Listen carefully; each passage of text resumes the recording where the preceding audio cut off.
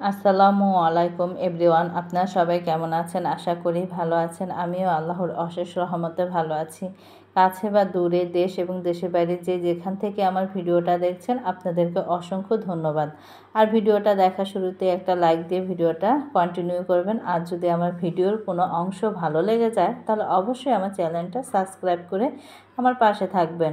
এই তো সকাল থেকেই কিন্তু ভিডিওটা শুরু করে দিয়েছি আর এখন কিন্তু অলরেডি 9টা বেজে গিয়েছে। আর দেখেন আকাশ ভরা রোদ আর এত ভালো লাগছে, হালকা হালকা কিন্তু মৃদু মৃদু বাতাসও বইছে। এই দিক দিয়ে কিন্তু ভালোই শীতের একটা আভাস আসছে আর খুবই ভালো লাগছে এই সকালের।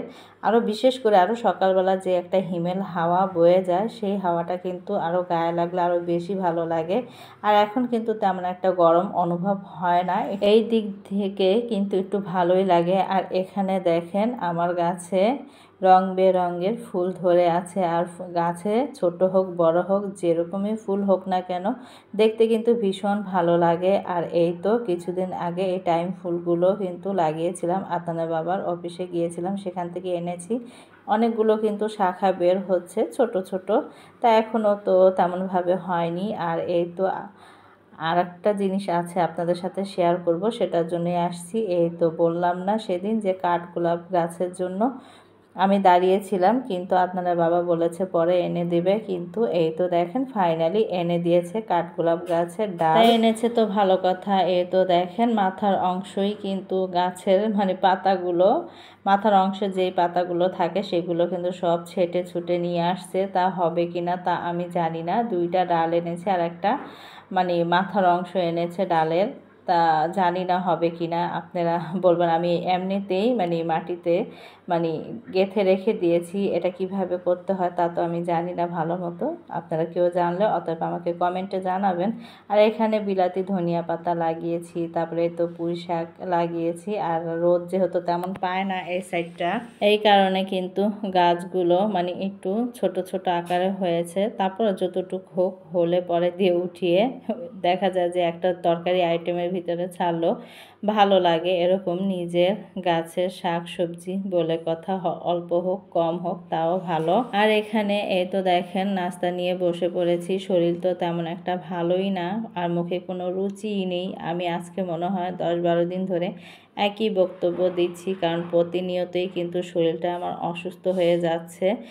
জানি না কি কারণে, দেখা যাচ্ছে যে জ্বর ভালো হয়েছে, ব্যথা এখনও যায়নি, তারপর আবার জ্বরটা ভালো হয়েছে, এখন আবার র্যাশ দিয়ে সারা শরীর ফুলে গিয়েছে, মনে হচ্ছে যে সব ডাবল হয়ে গিয়েছে। শোল আমার একটা হয়ে গিয়েছে 2টা, এরকম। এই জ্বরটা আসলে নাকি র্যাশ বের হয়, তাই মুখে তেমন একটা রুচিও নেই, খেতেও পারি না। এই তো দেখেন অ্যাঙ্কারের ডাল আলু দিয়ে রান্না করা হয়েছে আর সাথে রুটি, আর আছে সাথে এখানে মালটাটা প্রতিনিয়তই খাচ্ছি মুখের রুচির জন্য। বিশেষ করে মালটা, লেবুর শরবত এগুলো খেলে কিন্তু ভালোই লাগে, খারাপ লাগে না, শরীরটা মনে হয় একটু স্বস্তি ফিরে পায় এরকম। আর প্রতিনিয়তই খাওয়া হচ্ছে। আর রুটি তো নিয়েছি। আর দেখেন সবাই কিন্তু কম বেশি রুটি খায়নি, অনেক রুটি রয়ে গিয়েছে, অর্ধেক কোনো রকম একটু রুটি খেয়েছি, তারপর রেখে দিয়েছি। দেখছি যে আমার ভালো লাগছে না, এখন এই মালটাটা যতটুকু পারি খেয়ে নেব, কারণ আম্মা সবসময় ফল কেটে রেখে দেয় খাওয়ার জন্য, কিন্তু ভালো লাগে না দেখে তেমন একটা খাই না, জোর করে খাই। আর দেখেন খোসা এত পাতলা কি বলবো, আমি যখন মুখে রসটা নিচ্ছিলাম খোসাগুলো এমনিতেই আমার মুখে চলে গিয়েছে, তা আমার আবার ভালো লাগে তাই খেয়ে নিয়েছি।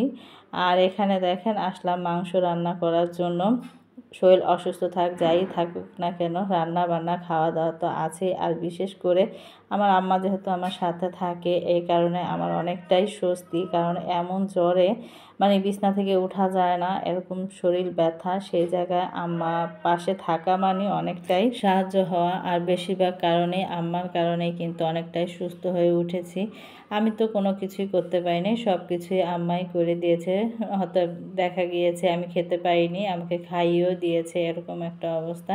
তা আম্মাই কিন্তু এই তো মাংসটা রান্না করে নিচ্ছিল। এখানে মাংসটা রান্না করব, নতুন পাতিল যেহেতু কিনেছি আর রান্না করিনি, তাই আম্মা বলল যে রান্না করব কিনা, পরে আমি দিয়ে বললাম হ্যাঁ নতুন পাতিলেই রান্না করো। তাই এই তো নতুন পাতিলেই কিন্তু রান্না করলাম। কিছুদিন আগে কিন্তু 2টা এই হাঁড়িগুলো কিনে এনেছি। আর আমার কাছে ভালোই লাগে, আর বিশেষ করে রান্নাবান্না করতেও কিন্তু খুবই সুন্দর। আর দেখা যায় যে এমনিতে ক্যামেরায় মানে পাতিলটা ছোট দেখা যায়, কিন্তু না, 2 থেকে মনে করেন 2.5 কেজির মতো মাংস আটবে। আমি এই জায়গায় 1 কেজি মাংস দিয়েছি, আমার চোখেই লাগে না, মনে হচ্ছে যে নিচে পড়ে আছে। হয়তো অল্প কিছু মাংস দিয়েছি, কিন্তু না, 1 কেজি মাংস। আজকে ভেবেছিলাম যে ভিডিও ছাড়বো না, কারণ কালকে শরীরটা অনেক অসুস্থ ছিল, ভয়েসও দিতে পারিনি। আমি কিন্তু এই মুহূর্তে মানে সাথে সাথেই ভয়েস দিয়ে তারপর ভিডিওটা আমি এখনই ছেড়ে দিব। কারণ আর বিশেষ করে দেখা যায় যে দিনের বেলা ভয়েস দিলে আশেপাশে যেহেতু বিল্ডিংয়ের কাজ হচ্ছে, এখান থেকে শব্দ ওখান থেকে শব্দ, আর আমরা যেহেতু একটু রাস্তার সাইডে থাকি, অনেক শব্দই আজকে পেতে পারেন, কিন্তু ক্ষমা দৃষ্টিতে দেখবেন, কোনো কিছু করার নেই। যেহেতু এখন একটু ভালো লাগছে, তাই ভাবলাম যে আমি 1টার ভিতরে ভিডিও ছাড়ি, তা আমি 12টা বাজে ভয়েসটা দিচ্ছি, কারণ এখন দেখছি ভালো লাগছে এই কারণেই। না হলে কিন্তু আজকে ভিডিও ছাড়ার কোনো মানে মন মানসিকতা ছিল না, কারণ আমরা একদিন আগে কিন্তু ভিডিও রেডি করে রাখি।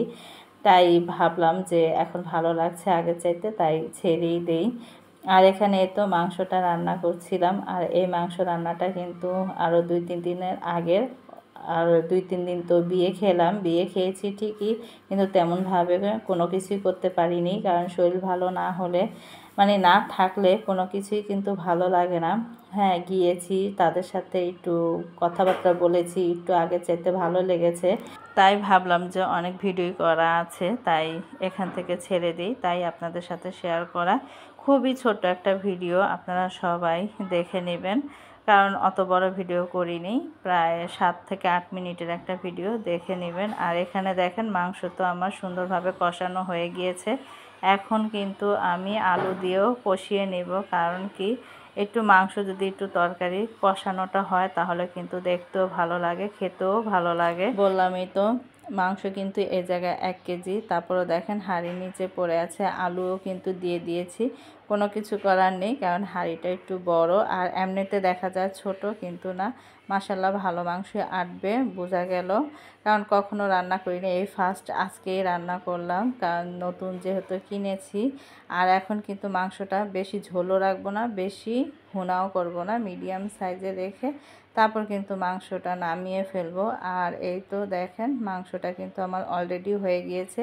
জিরার ফাঁকিও কিন্তু আমি অফ ক্যামেরায় দিয়ে দিয়েছি। মাঝে মাঝে ভুলে যাই ভিডিও অন করার কথা, কারণ অনেক কিছুই দিয়ে দিই, তারপর মনে পড়ে যে হ্যাঁ ভিডিও তো চালুই করিনি। এরকম অবস্থা আমার মতো কার কার এই অবস্থা হয় জানাবেন। আর ভিডিওটা বড় করব না, সবাই ভালো থাকবেন, সুস্থ থাকবেন, আমাদের জন্য দোয়া করবেন, আমরা আপনাদের জন্য দোয়া করি। আল্লাহ হাফেজ।